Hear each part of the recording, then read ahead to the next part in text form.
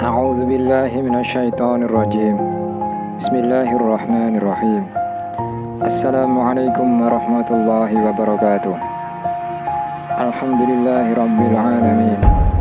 Wassalatu wassalamu ala Rasulillah wa ala alihi wa sahbihi ajma'in. Amma ba'du.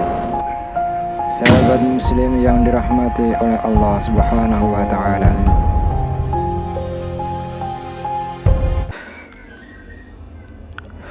Sebelum kita membahas part kedua ini, alangkah baiknya jika sahabat muslim nonton part ke-1 agar bisa nyambung alurnya.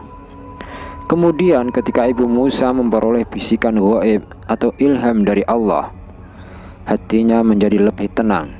Ia segera menyusui Nabi Musa sepuas-puasnya. Kemudian meletakkan Musa dalam sebuah peti kayu yang tidak tembus air dan dihanyutkan di sungai Nil pada malam harinya. Ia lantas memerintahkan Maryam, yaitu saudara kakaknya Musa, untuk mengikuti kemana aliran air sungai membawa Musa.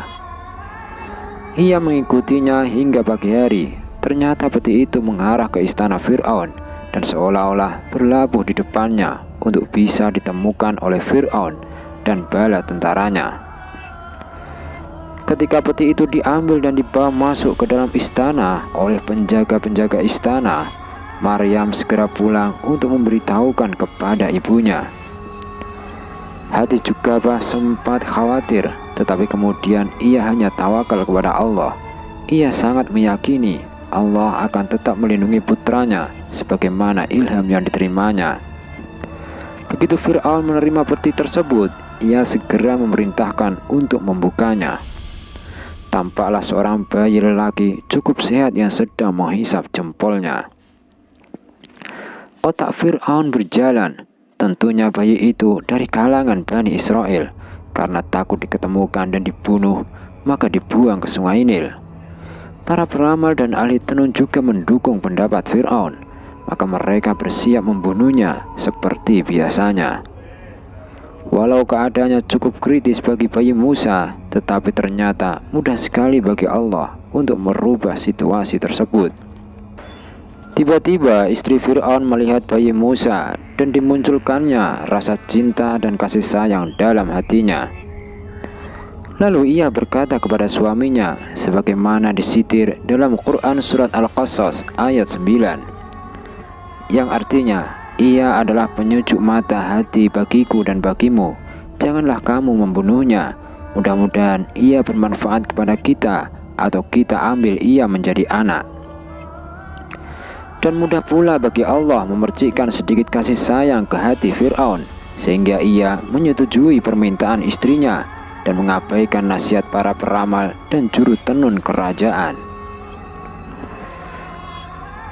Bahkan akhirnya Fir'aun tenggelam dalam kegembiraan dengan kehadiran bayi Musa tersebut. Ia lupa tentang ancaman seorang dari kalangan Bani Israel yang akan menjadi sebab kejatuhan dirinya dan kerajaannya. Tak jarang ia menggendong sendiri bayi Musa tersebut karena begitu sayangnya. Sahabat muslim yang dirahmati Allah, kemudian Fir'aun mencari orang-orang yang mau menyusui Musa. Puluhan bahkan ratusan wanita melamar pekerjaan tersebut, tetapi Musa sama sekali tidak mau menyusu. Bahkan tidak mau melepaskan jempolnya dari mulutnya. Kemudian Maryam mendatangi Fir'aun dan menawarkan diri untuk mencarikan seseorang yang bisa menyusui Nabi Musa. Setelah mendapat persetujuan, ia membawa Jukabah datang ke istana. Dan segera saja Musa mau menyusu kepada ibunya sendiri itu. Maka benarlah janji Allah bahwa dia akan menyelamatkan putranya dan mengembalikannya lagi kepada dirinya. Suatu ketika Fir'aun sedang bermain-main dengan si kecil Musa yang telah mulai merangkak. Tanpa disangka-sangka Musa menarik jenggotnya dengan kerasnya. Fir'aun sangat marah dan tiba-tiba saja terfikirkan bahwa sangat mungkin bayi ini yang menjadi sebab kejatuhan kerajaannya. Istrinya berusaha mendinginkan suasana hati Fir'aun dan menyatakan kalau Musa masih kecil dan tidak mengerti apa yang dilakukannya. Fir'aun tidak bisa menerima alasan itu begitu saja. Ia berkata, "Aku akan menguji dirinya. Benarkah ia belum mengerti? Kalau ia berbuat seperti itu karena pengertiannya, tentu aku akan membunuhnya." Fir'aun kemudian memerintahkan pembantunya untuk menyediakan sepotong roti dan sebuah bara api. Kemudian Fir'aun membiarkan Musa merangkak menghampiri dua benda tersebut. Jika ia mengambil roti, berarti ia punya pengertian, dan ketika menarik jenggotnya adalah dengan kesengajaan. Ketika merangkak menghampiri dua benda tersebut, sebenarnya tangan Musa terulur ke arah roti. Tetapi malaikat Jibril memukul tangannya sehingga terpegang bara yang langsung dimasukkan ke mulutnya sebagaimana umumnya anak kecil. Seketika itu lidah Musa terpanggang sehingga mengkerut, tetapi segera saja diselamatkan oleh orang-orang di sekitarnya. Karena keadaan lidahnya tersebut, hingga dewasa Nabi Musa agak susah dalam berbicara, suaranya yang terdengar cenderung cadal. Itulah sebabnya ketika Musa diangkat sebagai nabi, ia meminta kepada Allah untuk mengangkat saudaranya, yakni Harun sebagai nabi juga, sekaligus juru bicara yang menjelaskan dakwah-dakwahnya. Melihat keadaan tersebut, amarah Fir'aun jadi mereda dan ia makin sayang kepada Musa.